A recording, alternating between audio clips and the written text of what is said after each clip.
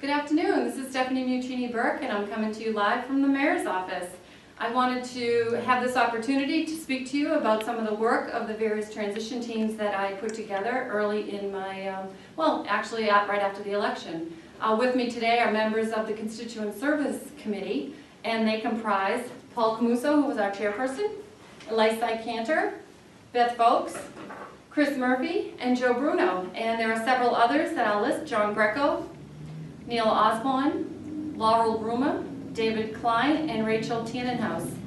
This committee was tasked with meeting with various constituencies throughout the city in order to determine how best we can communicate with our citizens as well as our citizens with us.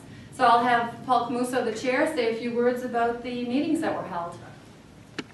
Thank you, Mayor Burke, and it is a pleasure to be here today. You know, early on after the mayor was elected, she put together these teams, and right off the bat she was adamant that we make sure that we include all different areas of this community as well as the different demographics, and I think that based upon the meetings that we had, the survey that was put out and completed by over 300 residents, as well as the public meetings, I think we accomplished that task.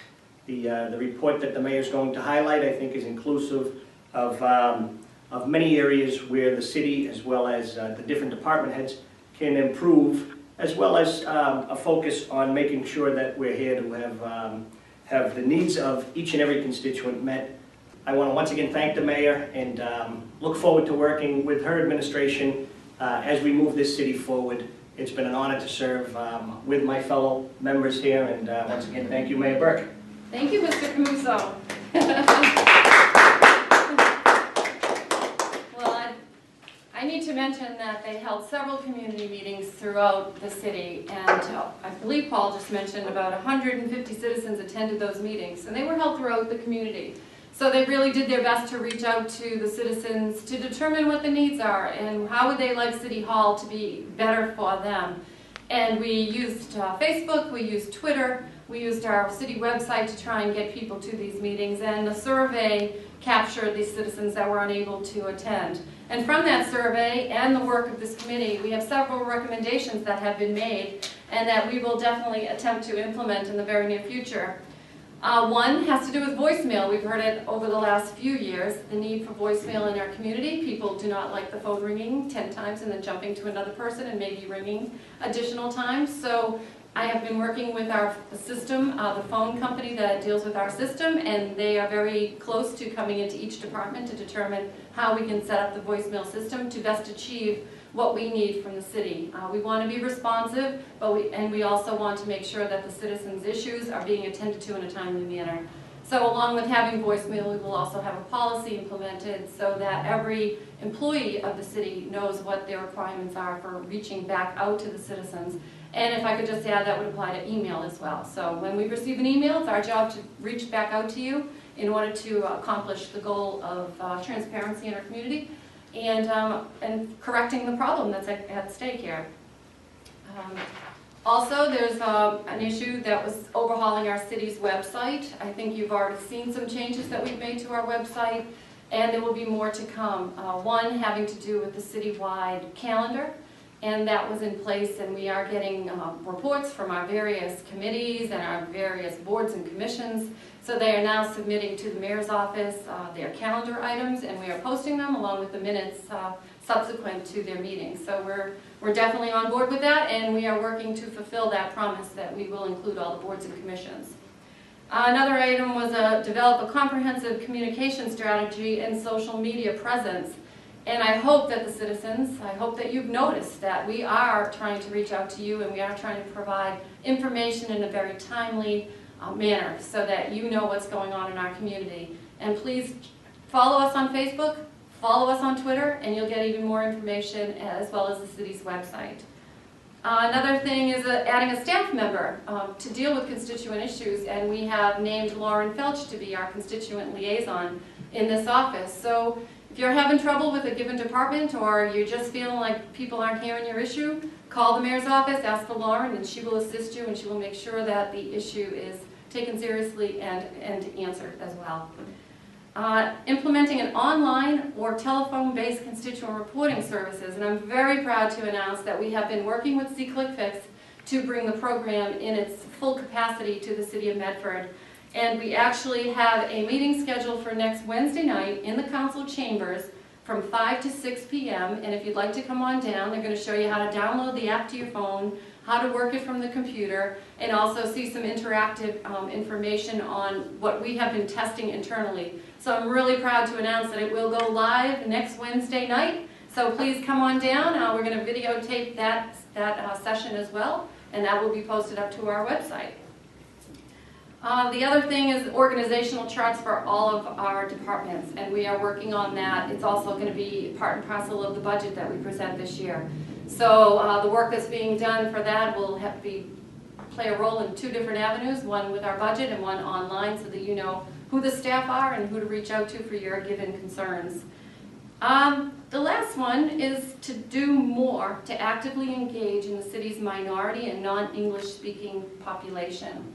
As you may know, if you do not speak English as your primary language and you call City Hall, there is a line that we're able to connect to in order to provide a service to us so that we each can understand one another.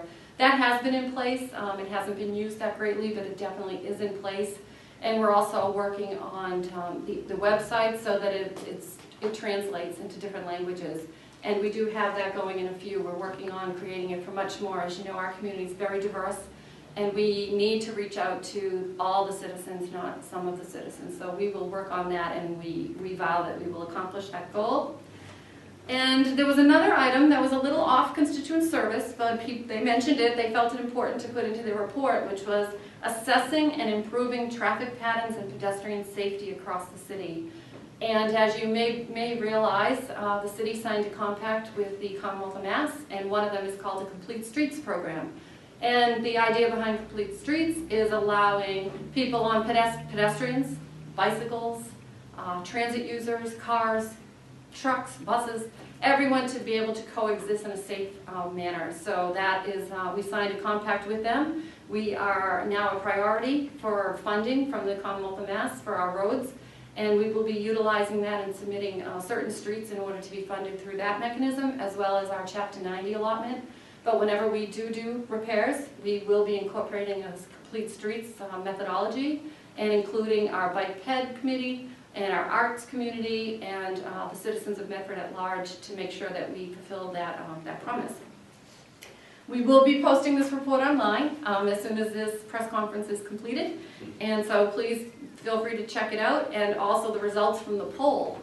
It's quite an intense document. It shows you all the questions, who answered them, the percentage from each part of our city, as well as the age bracket and own, rent, all the differentiations throughout the poll. And I'd be remiss if I didn't mention Curtis Tudin's name. He helped us put this survey together. He helped the committee, and he also accumulated the data. So a big shout out to Curtis, who works up at Medford High, for assisting us in getting this complete.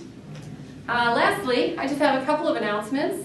If you are coming to visit City Hall, we have declared visitor spots right out front of this building. So all the spaces that face City Hall at the front entrance can be used by our visitors. And we want to make it easy for you to come in and out and not have to struggle with parking. So certainly come on down, and please, we ask that you actually use the front. It is a better location for you to park. Lastly, I have a really new announcement. I met with the Comcast team today, and we will be working on going live streaming for our meetings. So city council meetings and school committee meetings are being worked on so that we can come live to you and you can watch it on demand through some of our websites. So we've listened, we've heard, and we are acting. So please be patient with us. We're trying to do it, and we're trying to implement changes in the way that we communicate with you. So if you have any great ideas, please feel free to call our office. This doesn't end today.